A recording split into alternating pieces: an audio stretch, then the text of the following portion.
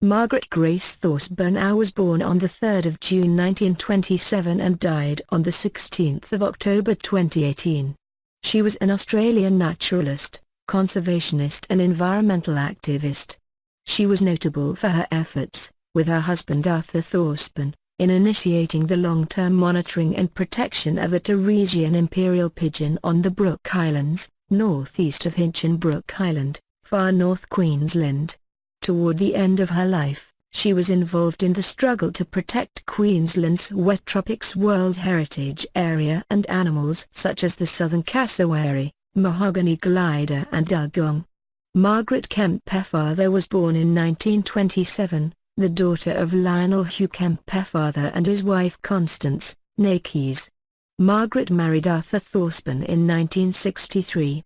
Then living on Queensland's Gold Coast, they were foundation members and office bearers of the Gold Coast branch of the Wildlife Preservation Society of Queensland. The Thorsbornes began visiting Hinchinbrook Island in 1964. In 1972 they settled at Meunga Creek, near Cardwell, on a property, Galmara, consisting mainly of coastal wetlands and rainforest facing Hinchinbrook Island across the Hinchinbrook Channel.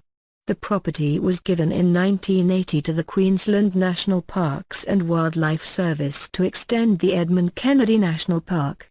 Arthur Thorsborne died in 1991. The Thorsbornes are commemorated in the Thorsborne Trail, a popular 32 km walking track on Hinchinbrook Island.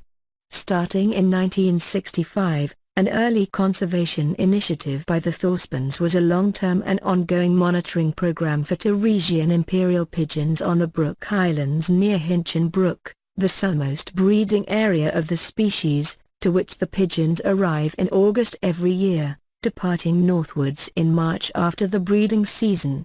Though breeding mainly on the islands, the pigeons fly daily to the nearby mainland, as well as to Hinchinbrook Island, to feed on rainforest fruits, including figs and nutmegs.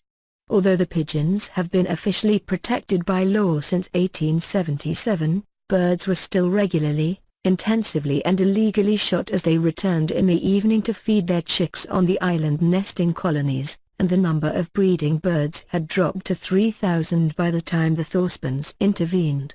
The monitoring program required a regular presence on the island and acted not only to quantify population changes but also to protect the colony.